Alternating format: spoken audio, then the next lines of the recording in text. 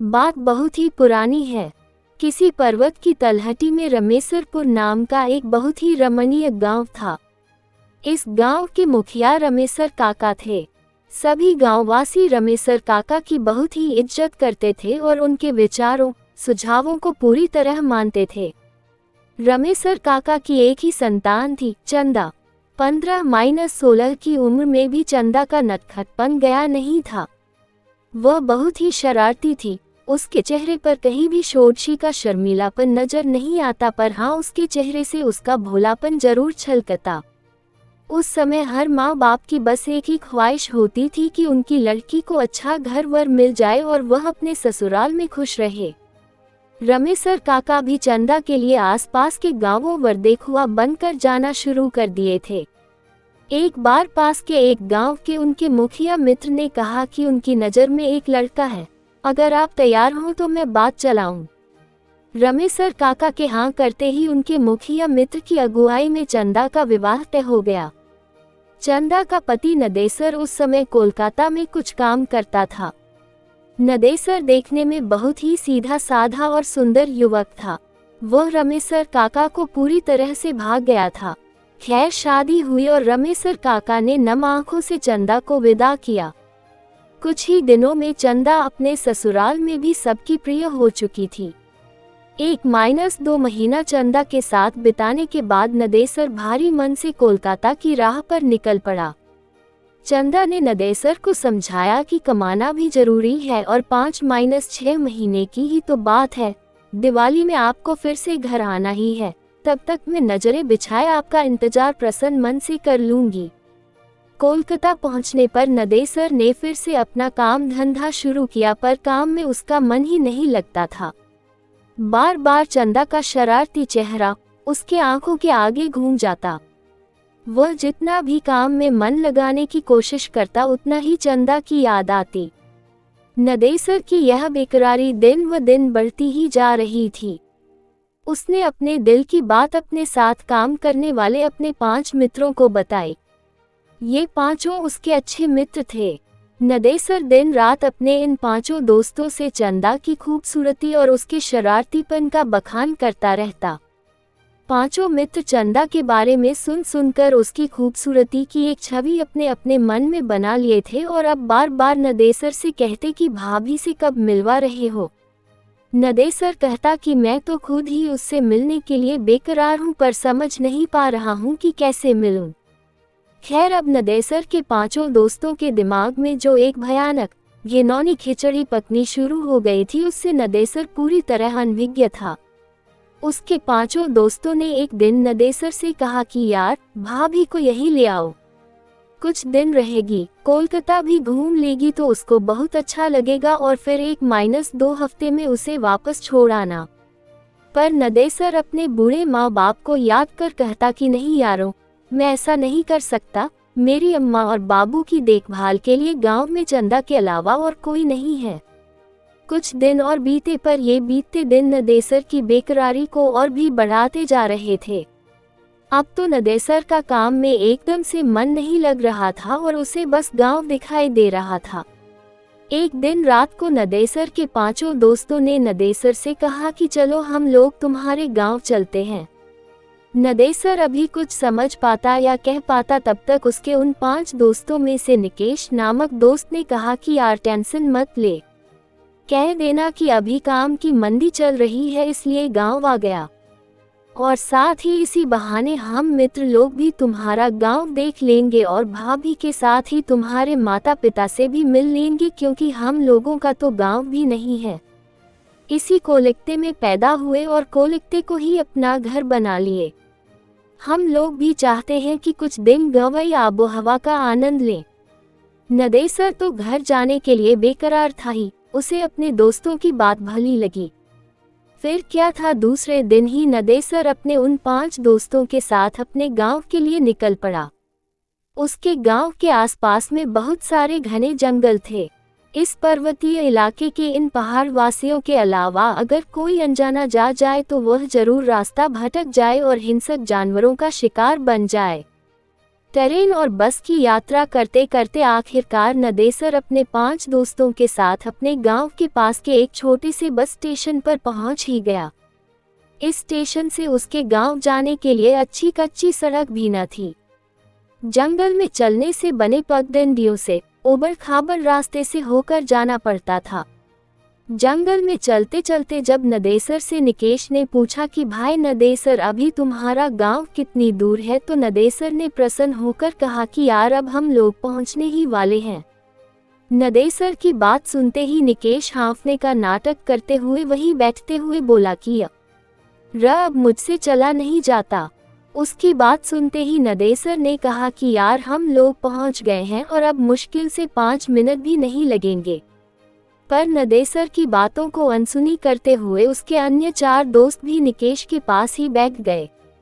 अब नदेसर बेचारा क्या करे, उसे भी रुकना पड़ा। नदेसर के रुकते ही निकेश ने अपने हाथ में लिए झोले में से एक अच्छी नई साड़ी और साथ ही चूड़ी आदि निकालते हुए कहा कि यार नदेसर, हम लोग भाभी से पहली बार मिलने वाले हैं, इसलिए उसके लिए कुछ उपहार लाए हैं। उसकी बात सुनते ही नदेसर ने कहा कि यारों इसकी क्या जरूरत थी। पर निकेश ने हंसकर कहा कि जरूरत थी भाई, हमारी भी तो भाभी है, हम पहली बार उससे मिल रहे हैं तो बिना कुछ दिए कैसे रह सकते हैं।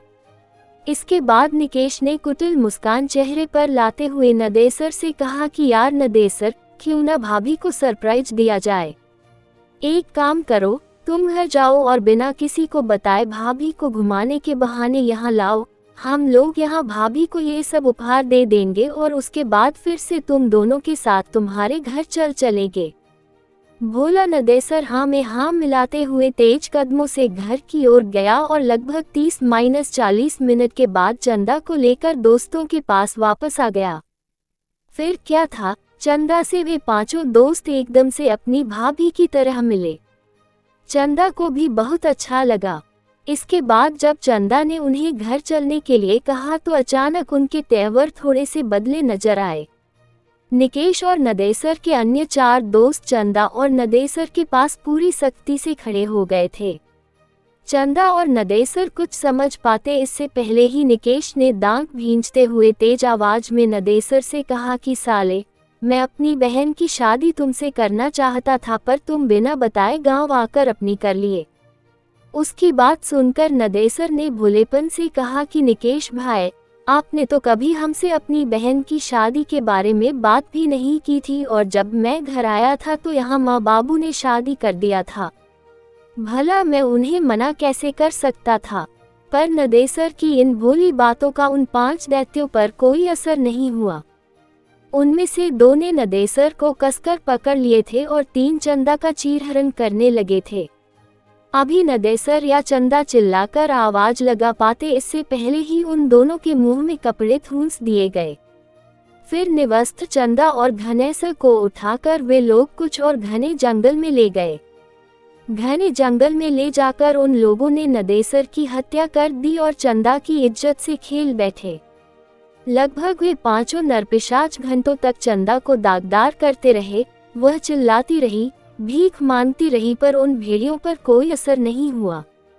अंततः अपनी वाली करने के बाद उन 5 ने चंदा को भी मौत के घाट उतारकर वही जंगल में सूखी पत्तियों में उन्हें ढांककर आग लगा दिए।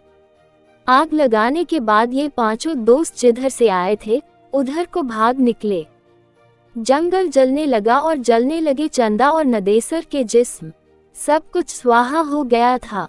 इस आग से आसपास के गांव वालों को कुछ भी लेना देना नहीं था, क्योंकि जंगल में आग लगना कोई बहुत बड़ी बात नहीं थी। कभी भी कोई भी अपनी लंठी में जंगल में आग लगा दिया करता था। धीरे धीरे समय बीतने लगा। रात तक जब चंदा और नदेसर घर नहीं आए तो नदेसर के पिताजी ने नदेसर के आने और चंदा को लेकर जाने की बात अपने पड़ोसियों को बताई।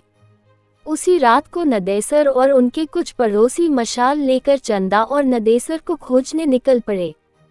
काफी खोजबीन के बाद भी इन दोनों का पता नहीं चला। दूसरे दिन सुबह पुलिस में खबर दी गई पर पुलिस भी क्या करती। थोड़ा बहुत छानबीन की पर उन दोनों का कोई पता नहीं।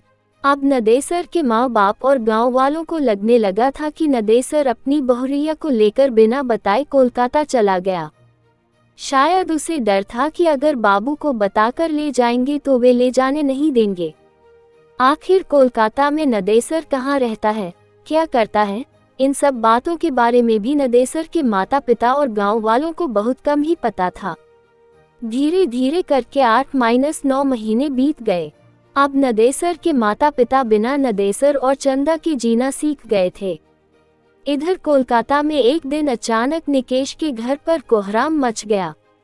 हुआ ये था कि किसी ने बहुत ही बेरहमी से उसके गुप्तांग को दांतों से काट खाया था।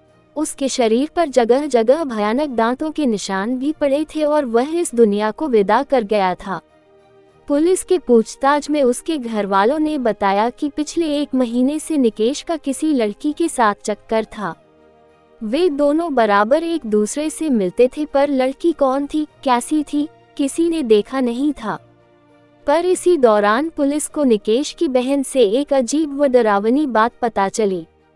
निकेश की बहन ने बताया कि एक दिन जब निकेश घर से निकला तो वह भी पीछे पीछे होली थी। निकेश बस्ती से निकलकर एक सुनसान रास्ते में बनी एक पुलिया पर बैठ गया था। वहां से मैं लगभग 20 मीटर की दूरी पर एक बिजली के खंभे की आड़ में खड़ा होकर उस पर नजर रख रही थी। मुझे बहुत ही अजीब लगा, क्योंकि ऐसा लग रहा था कि निकेश किसी से बात कर रहा है, किसी को पुचकार रहा है, पर वहां तो निकेश के अलावा कोई था ही नहीं। फिर मुझे लगा कि कहीं निकेश भैया पागल तो नहीं हो गए हैं ना। अभी मैं यही सब सोच रही थी, तभी एक भयानक काली छाया मेरे पास आकर खड़ी हो गई। वो छाया बहुत ही भयानक थी, पर छाया तो थी, पर छाया किसकी है ये समझ में नहीं आ रहा था। मैं पूरी तरह से डर गई थी। फिर अचानक वह छाया अट्टहास करने लगी और चिल्लाए, अब तेरा भाई नहीं बचेगा। नोचा था ना मुझे, मैं भी उसे नोच नोच कर खा जाऊंगी। और हाँ, एक बात तू याद रख, अगर यह बात किसी को भी बताई तो मैं तेरे पूरे घर को बर्बाद कर दूंगी। इतना कहते ही निकेश की बहन सुबक सुबक कर रोने लगी। इतना सुनते ही पुलिस और आसपास जुटे लोग सकते में आ गए और पूरी तरह से डर भी गए, क्योंकि निकेश का जो हाल हुआ था वह ये बयां कर रहा था कि इसके साथ जो हुआ है वह किसी इंसान ने नहीं अपितु भूत प्रेत ने ही किया होगा। ये कहानी यही समाप्त होती है, पर इसके अगले भाग के रूप में एक कहानी और आ सकती है कि क्या निकेश का ये हाल किसी भूत भूतनी ने ही ऐसा किया था या किसी और ने। कहीं चंदा तो नहीं या नदेसर, निकेश के अन्य 4 दोस्तों के साथ भी कुछ हुआ क्या?